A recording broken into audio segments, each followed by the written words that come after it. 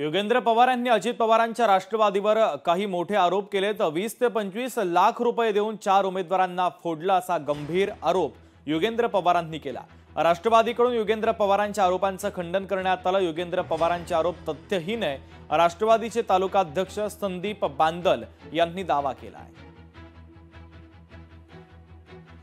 नाही काय त्या 8 पैकी साधारण 4 उमेदवार म्हणजे 4 सीटवर आमचे उमेदवार होते आणि एकेकाला त्यांनी 20 लाख रुपये तिथं असे दिलेत अशी चर्चा लोकांमध्ये आहे।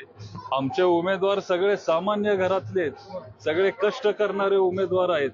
त्यांच्या 10 वर्ष जर त्यांनी काम केलं तरी 20 लाख रुपये त्यांना कमवता येणार नाही।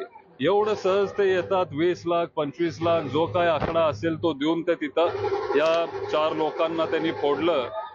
दादांनी आयुष्यात कधी दबाव कुणाला टाकलेला नाही। दादांचा एक आदरयुक्त दबाव लोकांवर असतो, कारण त्यांना एक शेवटी आपण म्हणतो कुटुंब प्रमुखाचा दबाव त्या ठिकाणी कसा असतो त्या पद्धतीचा दादांचा आहे। दादा बारामतीला एक कुटुंब प्रमुख म्हणून त्या ठिकाणी आता काम बघत असतात, त्याच्यामुळे त्यांना वाटतं की बाबा हे केलं पाहिजे।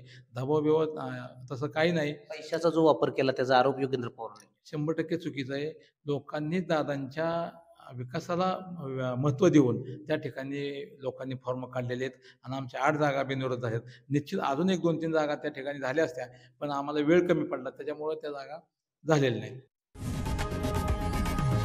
लोकशाही मराठी ऐका, पहा, जागरूक रहा।